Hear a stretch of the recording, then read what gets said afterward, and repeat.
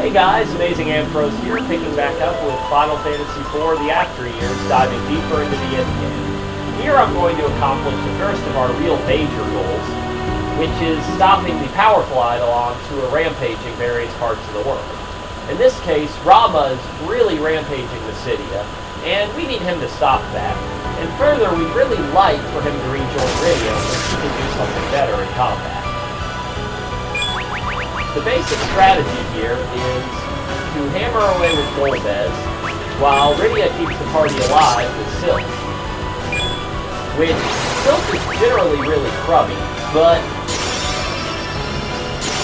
the good news about Sylph is that it does heal everyone, and it heals them just enough that Ramuh's attacks, all of which my party resists thanks to my equipment, can't overcome it easily. And Golbez hits Ramuh really, really hard, so you do have to have some degree of caution, because if you actually manage to kill Ramuh, you lose your ability to get him back later.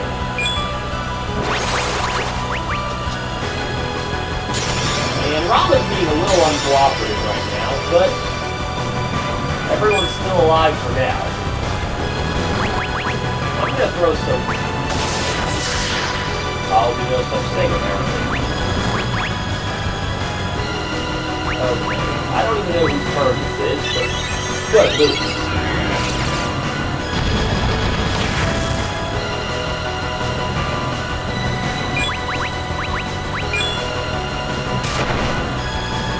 Oh well, Edge wasn't important.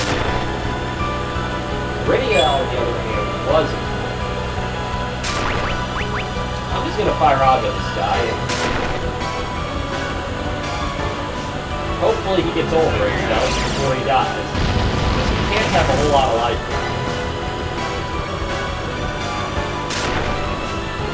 And this is going to hit Golbez really hard. But hopefully he'll live. There we go. Now we just have to stop attacking after Rydia makes her flee to Ramuh. And Ramuh rejoins Rydia. Alternatively, you could kill him for experience, but I would much rather have Ramuh than experience. And let's go inside and see who we can beat. Oh, hi, Porum. It looks like Porum was keeping a barrier up to protect the Hall of Prayers, but she's real tired from doing that for probably the past several days, so she's going to sleep in this bed for a while.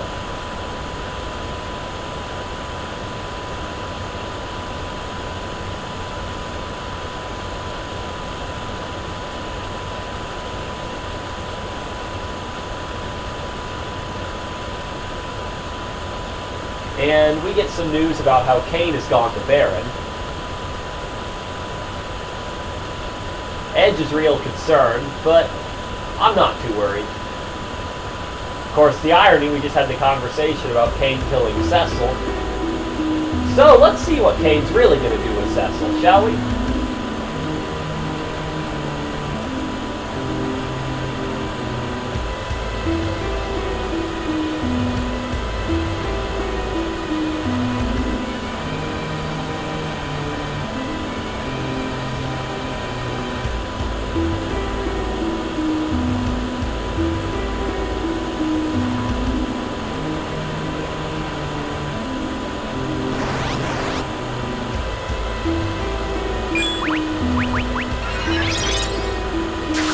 I'm going to do this because it's kind of funny. And then I'm just going to jump a lot.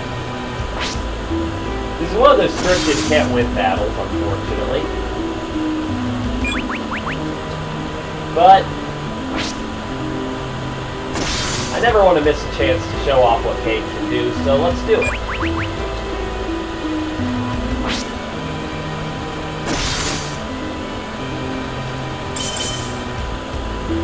And, of course, Cecil, through the magic power of being possessed, is able to hit me with a raw physical through blades.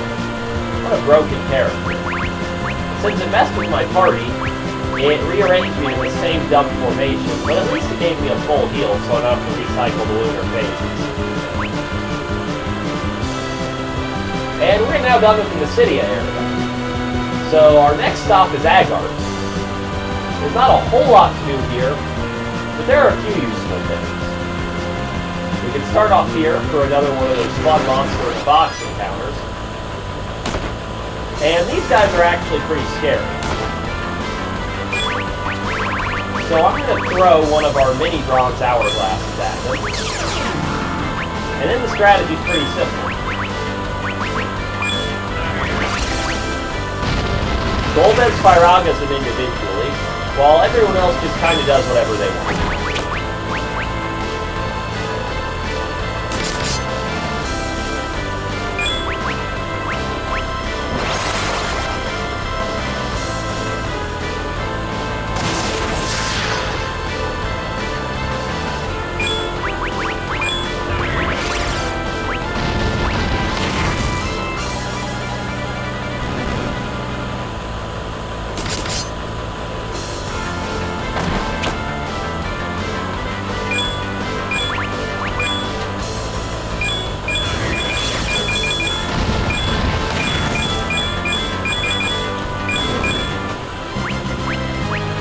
And thus we get a bunch of level ups again, we get our bronze hourglasses back as a random drop, and we get a diamond armor, which is going straight on loot. Of course, she no longer needs the diamond shield, so I'm going to switch her to the large shield,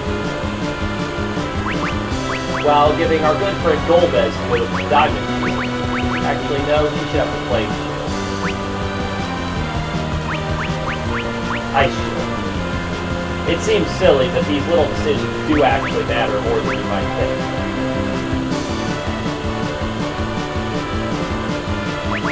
And now we need to heal up again after that fight. So back to our favorite bed for 4 sleeps in a row.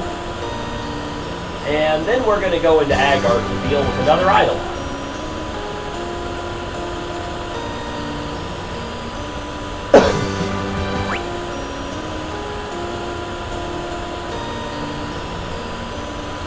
Of course, you might remember Ramuh was the one who attacked Lucidia in the main story, so who in the story was attacking Agart again? And we can launch it from over there just fine.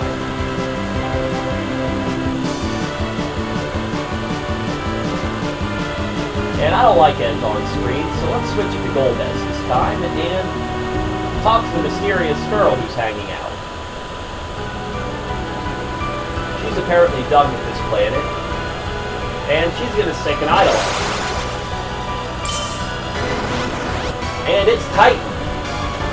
This is the one we've really been looking forward to because he's the strongest in the normal idol.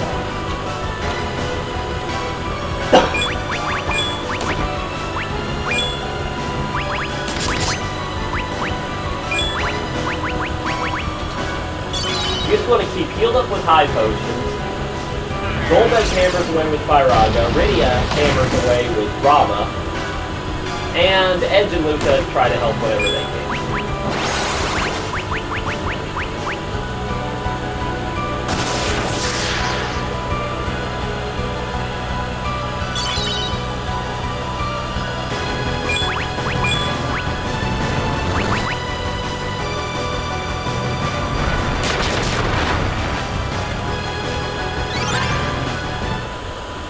And here we have a little bit of fun, because while that Gaia's Wrath normally would throw you into the Agar subterrane, Horum came and cast Float on all of us. That's why you have to do Mysidia before coming to Agar, or else you'll never win this battle. But now we can win it. We're all under Float, so we just have to survive the physicals and try not to die. Anyone who dies, you might as well leave dead, because there's no saving. They lose float, and without float, the character's a liability in this battle.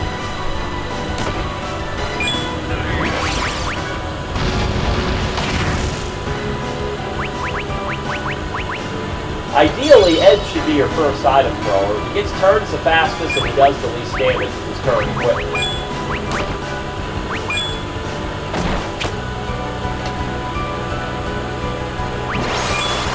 And forgetting to take action with Golbez is a pretty horrible mistake. But hopefully it won't matter too much.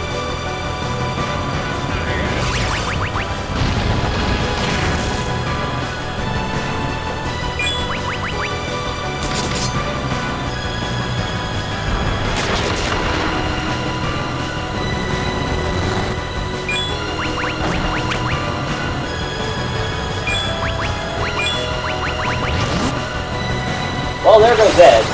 He does that sometimes. As long as it doesn't hit Golbez, it really doesn't matter. If it does hit Golbez, well, then laugh at your misfortune, and best of luck.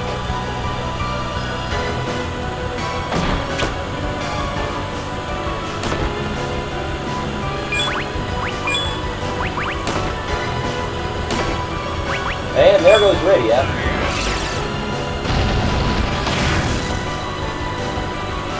But he should be getting pretty close to done.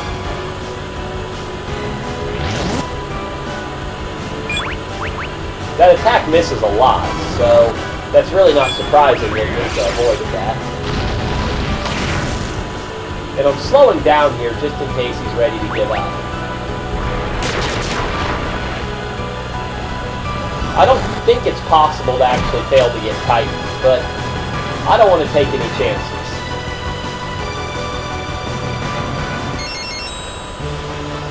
And thus Titan is returned to Rydia. And he will serve as her primary Eidolon for the remainder of the gathering.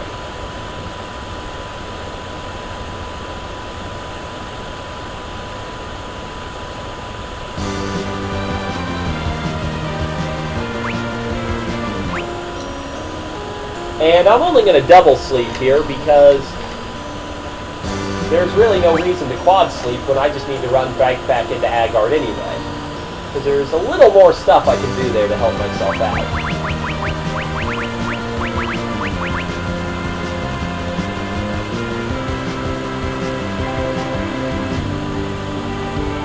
Because we go in here, we don't have the Agard key, but we can jump down the well. And there's a couple of good items down here. But as you can see, the enemies are really strong. Those enemies didn't hurt us that badly, but with back attacks and stronger groups, you can be in trouble. So I'm going to change Edge's equipment a bit. Give him the Fairy Claws and the Shinobi gear for plus 6 speed, and Edge is going to get us out of battles really quickly.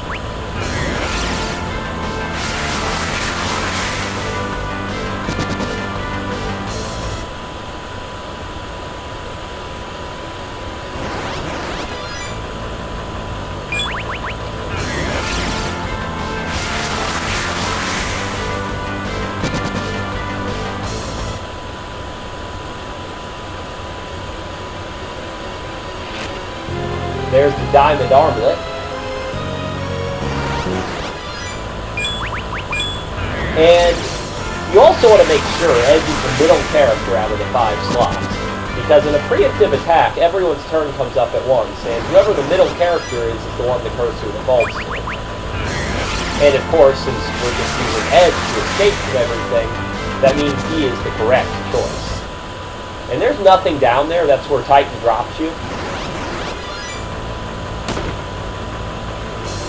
So I'm just going to keep going.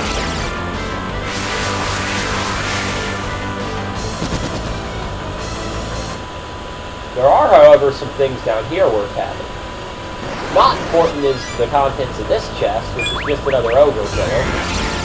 If you forgot to take the one from Sid and didn't get the lucky one I got earlier, it could be handy to you. I won't need it. But here's what's really important. This hidden passage here. And they're really being generous attacking Golbez and Luca like that. If they all piled on Edge or Rydia, they could have killed the character.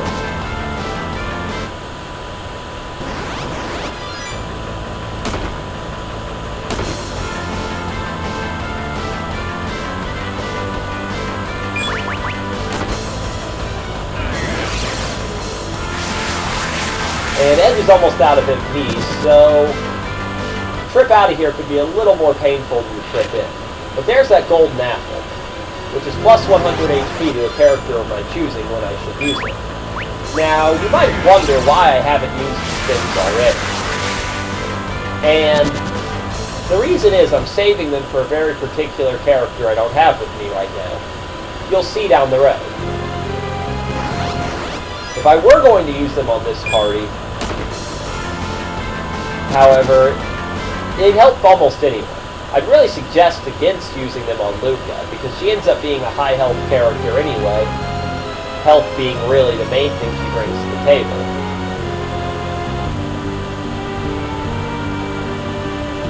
But you can get Golbez's fixed HP a little higher, which helps a lot deep in the late game.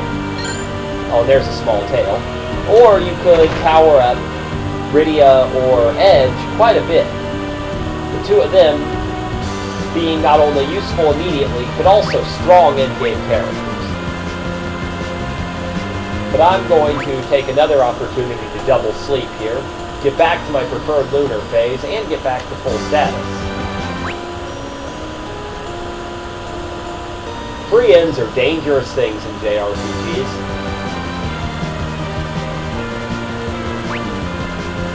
The crazy things they give you incentive to do. Now we're going to Eblon, which is a pretty dangerous place right now. So I'm going to start by going around the outskirts of Eblon. Start with this tree up here, which somewhere around here.